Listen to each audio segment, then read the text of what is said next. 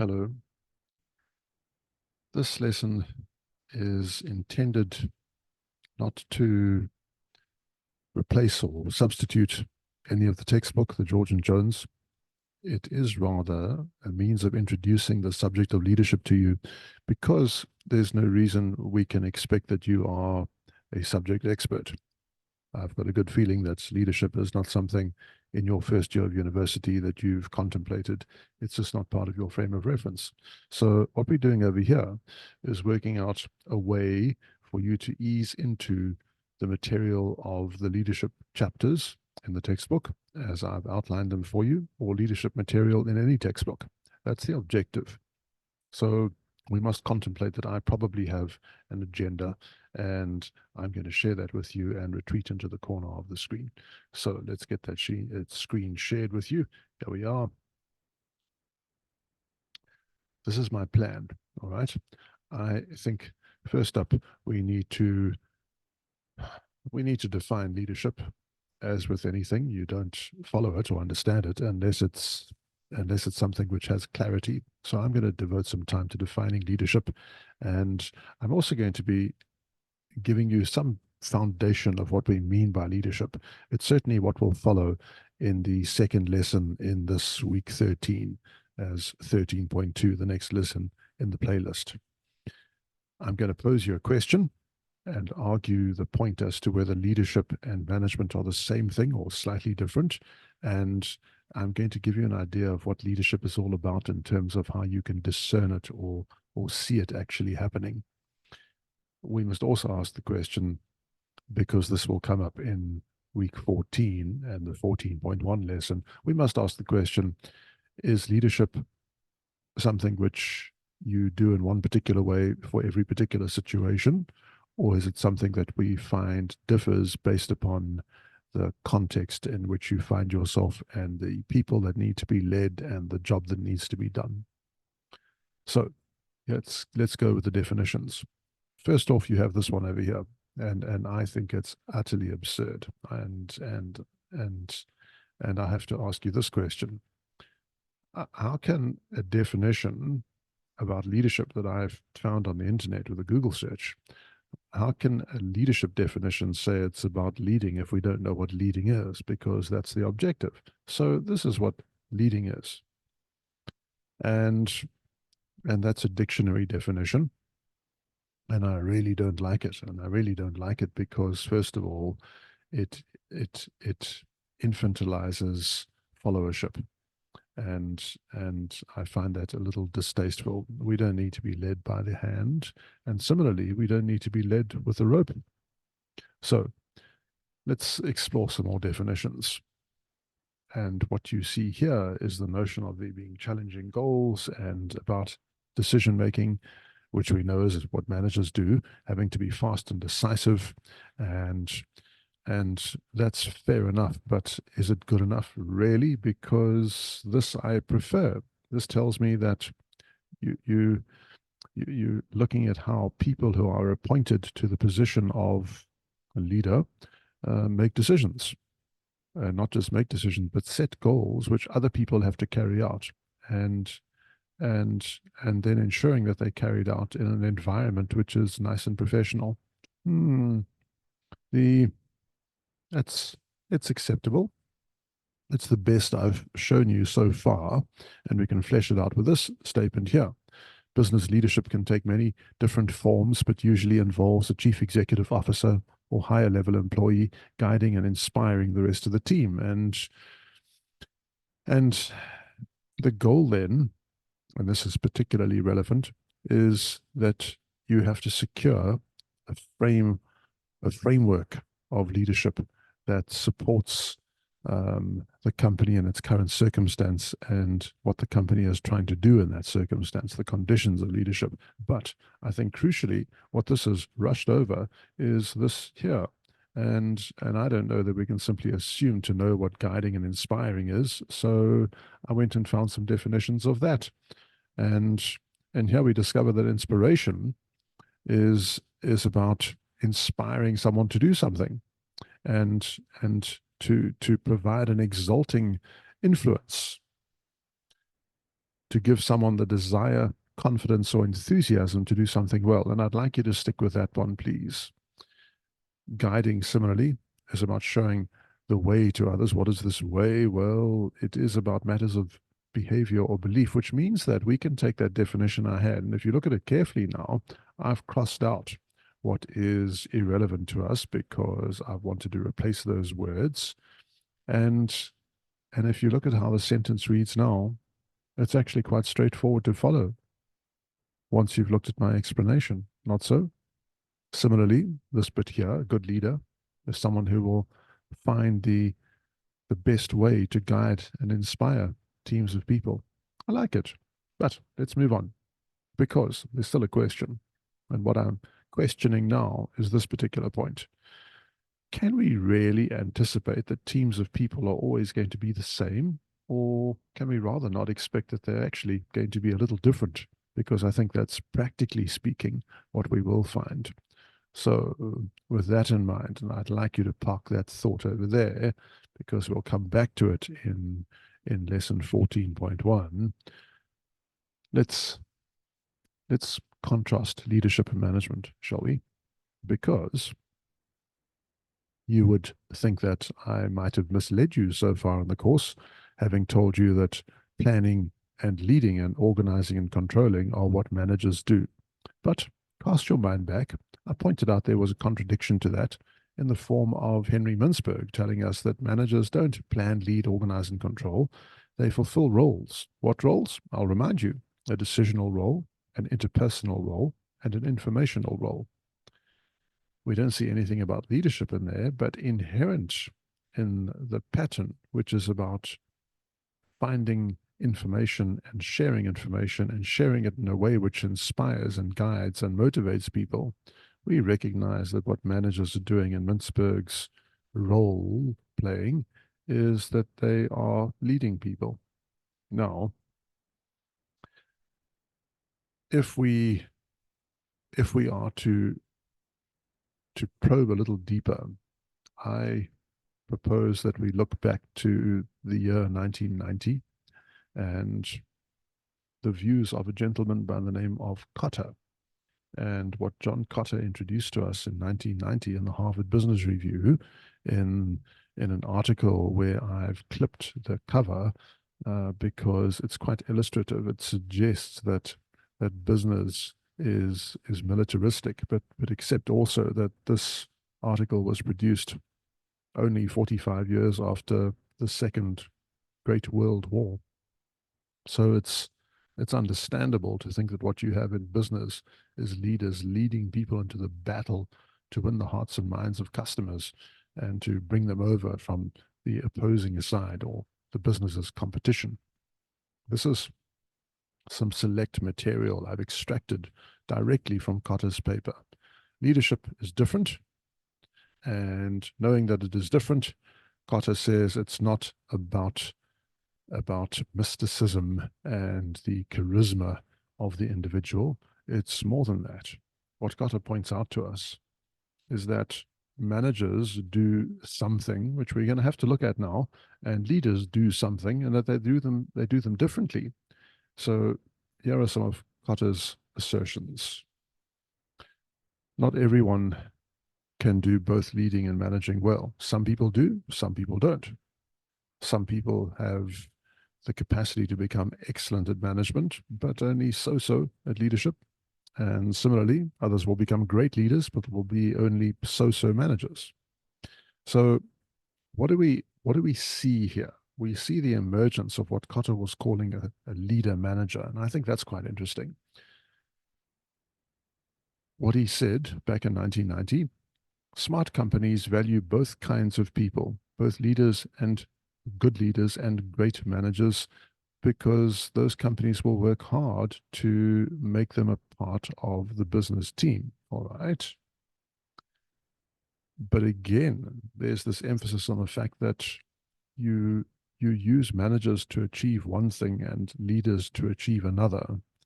And good companies, great companies, in fact, will groom people to fit their role comfortably.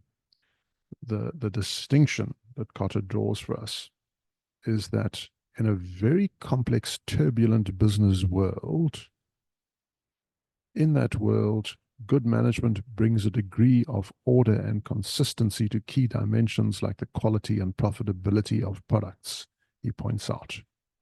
Okay, good managers seem to be good, solid, stable people. However, he says leadership is about coping with change. Now that's interesting.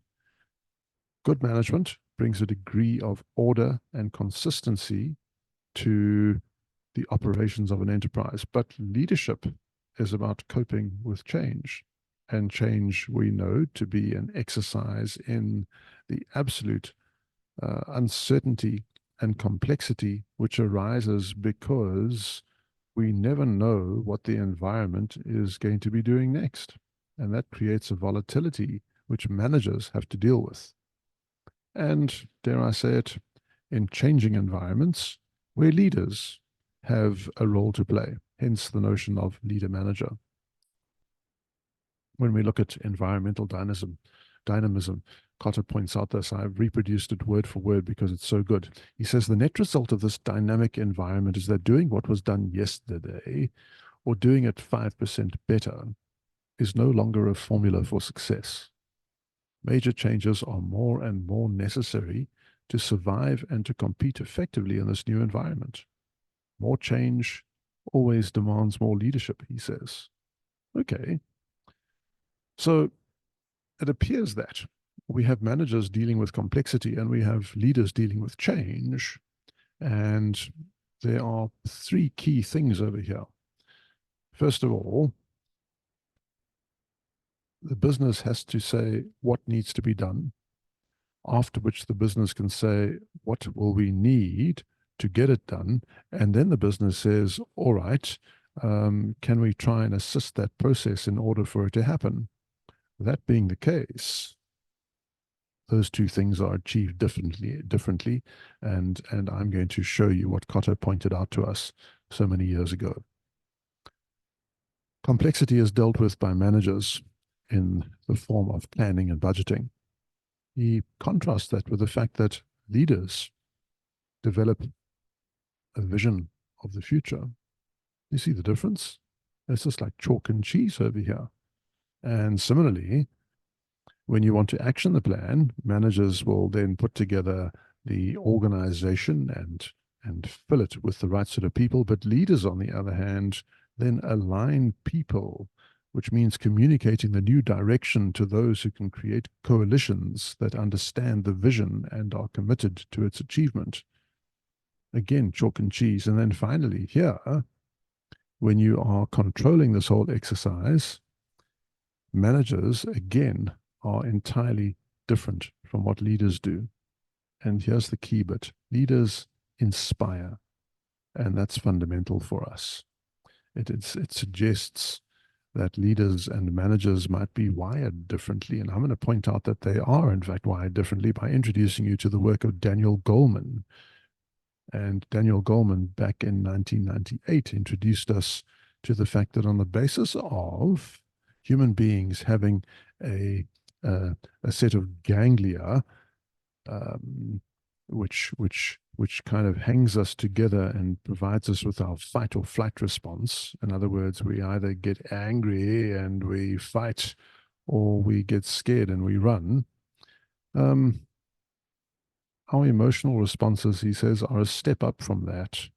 And as a species, our analytical neocortex, which you see here just underneath our skull, is what differentiates us from the other ape species like gorillas and chimpanzees and monkeys and whatever. We just basically have a great big part of our brain, which is so different to the remainder of the ape species that we are basically the alpha ape.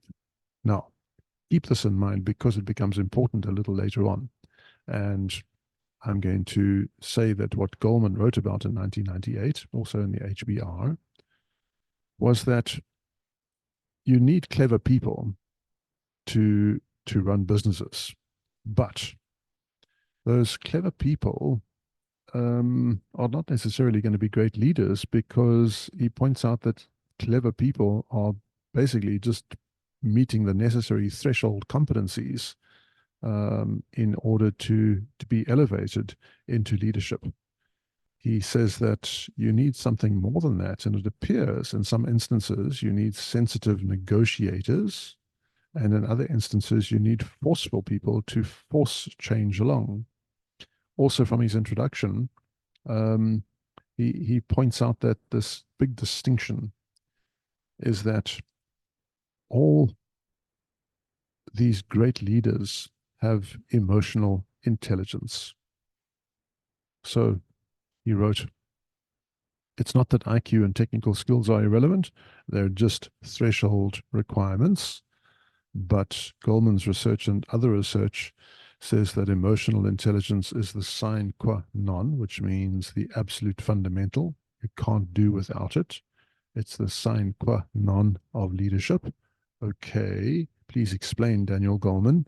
He says, without it, a person can have the best training in the world, an incisive analytical mind, and an endless supply of smart ideas, but he still won't make a good leader. Well, there's a thing for you. It sounds like we might have to be emotionally intelligent to be a great leader. And that's exactly what Goleman established by undertaking a fairly prodigious volume of research in the 1990s. Goleman said that good leaders demonstrate the ability to do technical things and to think with their clever brains, but they also seem to have emotional intelligence. You know where emotional intelligence comes from? It comes from your limbic system, your mammalian brain. In other words, that little bit in the middle of your head, sort of tucked between your ears. Nothing to do with your cerebral cortex and nothing to do with your fight or flight response, your ganglia and your amygdala. It has to do with your limbic system. That's where emotional intelligence stems from. So he introduces us to the notion of self-awareness, and you can pause this at your leisure. Emotional awareness and self-regulation and motivation and empathy and social skill as fundamental to enterprises getting ahead. That's the kind of leader you want, the emotionally intelligent leader. The province of this we're unsure about. It's often attributed to the fact that it's an African proverb. What we understand it to mean is simply, if you want to achieve a lot, then you better do it as part of a team. In other words, we have no choice but to gather people together in order to get things done. So if we get back to that notion of that triune brain, when we teach managers, we shouldn't be trying to teach managers to lead as if this was an exercise in a technical skill, like being an accountant or an engineer or a lawyer. It's more than that. It has to do with one's emotional framing. So we need to groom people a little differently. I want you to think about what you take away from all of this. So, in this rapid 20-minute introduction, what I'm suggesting to you is that there's this fundamental difference between leading and managing. And moreover, while managers direct resources, it appears that leaders inspire those resources. And they do that because not only are they clever and capable, they're emotionally intelligent. Now, I don't think for a minute that this course in management principles is going to turn you into a great leader. But what I hope it will achieve is it will obligate you, because you'll see it as necessary, it'll obligate you to think about acts of leadership and to copy the things that are good and to scrap the things that don't work. In other words, we'll make you a bit of a victim as you become an intern in commerce and industry, and you'll work out for yourself what works and what doesn't work. That's my plan for you, if you like. So if you are wondering about how you study this stuff, I'm simply going to say that it's an exercise in principles and in practice.